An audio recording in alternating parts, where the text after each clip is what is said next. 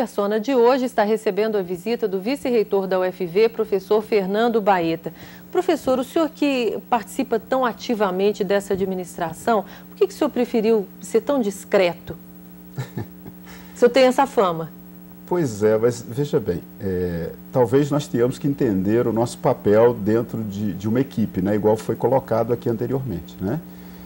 Tem um papel que deve ser desempenhado pelo reitor, especificamente. E o vice-reitor tem lá o seu papel também para fazer, tá certo? Agora, talvez eu tenha uma linha um pouco diferente, que é o seguinte,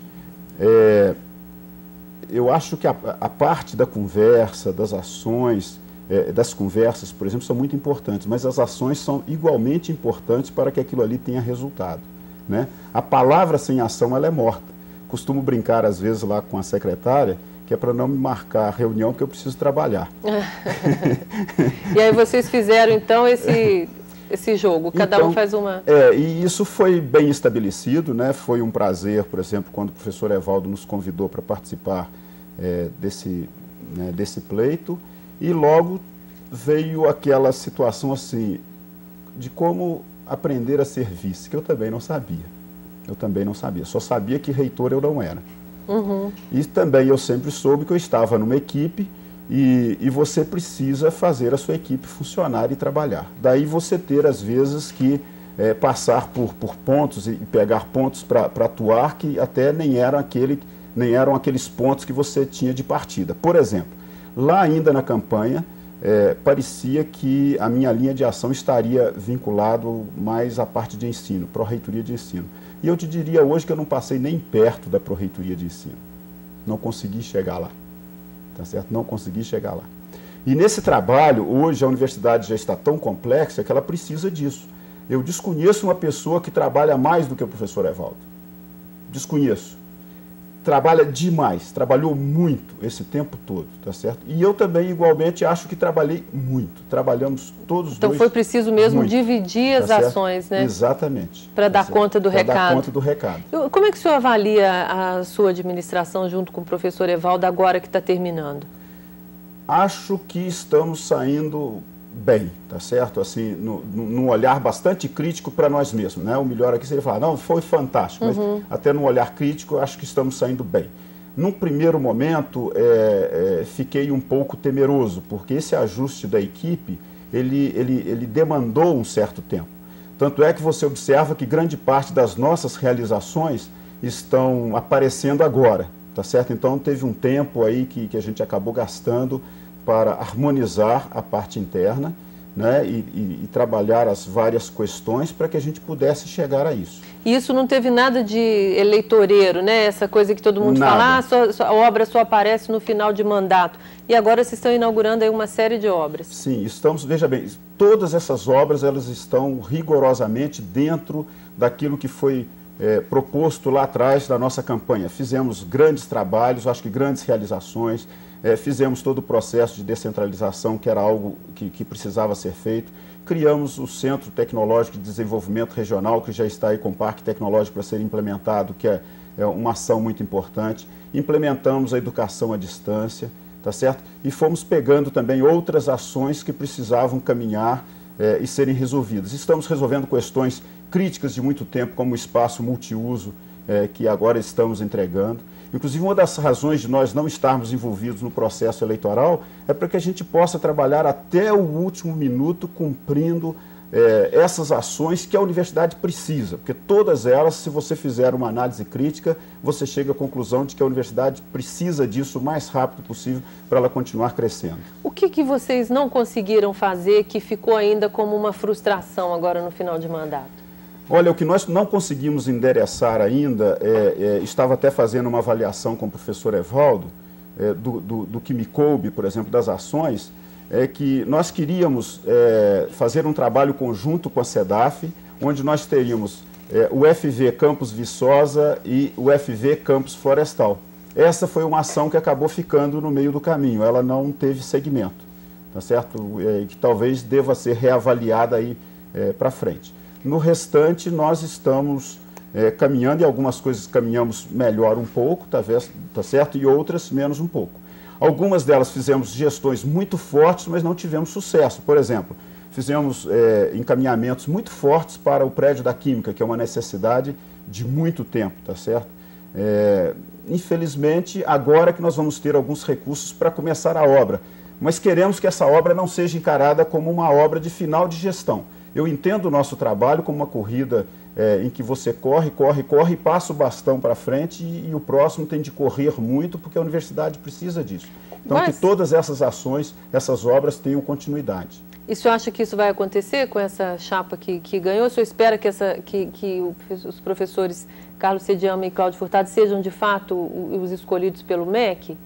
Eles são capazes de dar continuidade ao trabalho que vocês começaram? Acredito que sim, e eles têm uma sintonia muito grande com os trabalhos que a gente tem, tá certo? Eu estou muito confiante de que nós vamos ter uma continuidade dentro disso que está aí.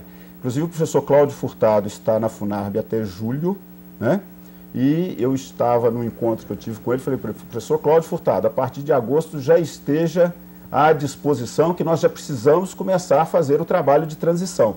Porque são muitas ações que estão acontecendo simultaneamente na universidade e que essas ações precisam de continuidade e é preciso que ele já pegue isso que está aí junto com o professor Carlos Sediama para que não tenha perda de continuidade. A universidade precisa disso, tá certo? Em todos os segmentos. Professor Baeta, o senhor era muito cotado a ser candidato a reitor agora por um grupo no final da administração. O senhor já disse que por que não foi. Mas a vaidade não fala mais alto, assim, a vontade de continuar não falou mais alto em nenhum momento?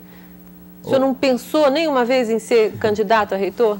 Leia, eu vou dizer assim, ó, pensar eu não pensei porque, veja bem, dentro daquilo que eu falei para você, que eu gosto de cumprir as coisas que eu prometo, e lá atrás nós tínhamos prometido de vontade própria de não sermos candidato, então não seremos candidato. Fomos procurados em determinado momento para sermos o candidato, tínhamos tudo para ser, tá certo? Mas tomamos, a decisão já estava tomada, né?